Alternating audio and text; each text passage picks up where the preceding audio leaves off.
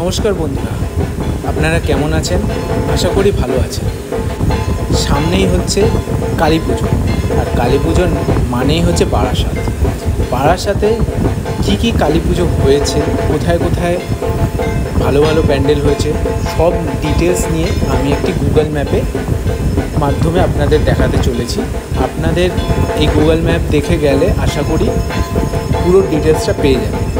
আর আমার এই ভিডিওর নিচে লিঙ্ক দেওয়া থাকবে, আপনারা ডাইরেক্ট ওই গুগল লিঙ্কে ট্যাপ করে আপনারা কালী ঠাকুরগুলো দেখতে পাবেন। চলুন তাহলে শুরু করি। আপনারা যেখান থেকেই আসেন না কেন, প্রথমে আসতে লাগবে বারাসাত রেলওয়ে স্টেশনে আসার পর আপনারা দুই ভাগে ভাগ করে নেবেন কোন দিকে দেখবেন। এক হচ্ছে 1 নম্বরের দিকে স্টেশনে, আর এক হচ্ছে 4 নম্বরের দিকে। আমরা এখন শুরু করব 4 নম্বর দিকে। 4 নম্বরের দিক দিয়ে শুরু করার আগে বলে রাখি যে আপনারা যদি একদিনে এই সব ঠাকুর দেখতে চান, তাহলে যদি সকালে আসেন, সকালে বলতে যদি 10টা থেকে 12টার মধ্যে চলে আসেন, তাহলে সব ঠাকুর দেখে রাত্রির 10টার মধ্যে ব্যাক করতে পারবেন। আর যদি আপনারা রাতে আসেন, তাহলে হোল নাইট প্ল্যান থাকলে তো আপনারা দেখতেই পাচ্ছেন হোল নাইটে প্রচুর ভিড় থাকে। তো আশা করি একটু তাড়াতাড়ি আসার চেষ্টা করবেন, নাইলে কিন্তু সব ঠাকুর দেখতে পারবেন। চলুন তাহলে শুরু করুন। তো স্টেশনে আসার পর সবার ফার্স্টেই হবে আমাদের দেখার এ পয়েন্টে চলে আসবে।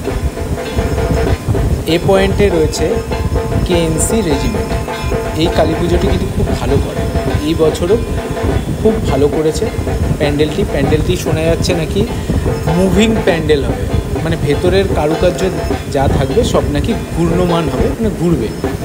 চলুন 1 নম্বর দেখা হয়ে গেল। 1 নম্বর দেখে আমরা এ পয়েন্ট থেকে চলে যাব বি পয়েন্টে। এটা হচ্ছে মৎস্য সমিতির পুজো। মৎস্য সমিতির পুজোয় আপনারা এই পুজোটাও কিন্তু খুব ভালো করে। এটি ডান দিকে দেখাচ্ছে, এটা বাঁ দিকে পুজো হয় রোডের বাঁ পাশে।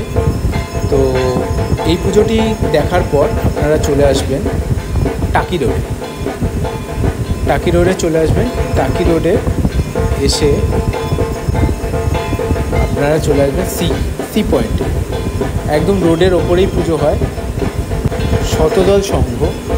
এই পুজোটিও খুব ভালো করে, আগের বছর জুম্যানজি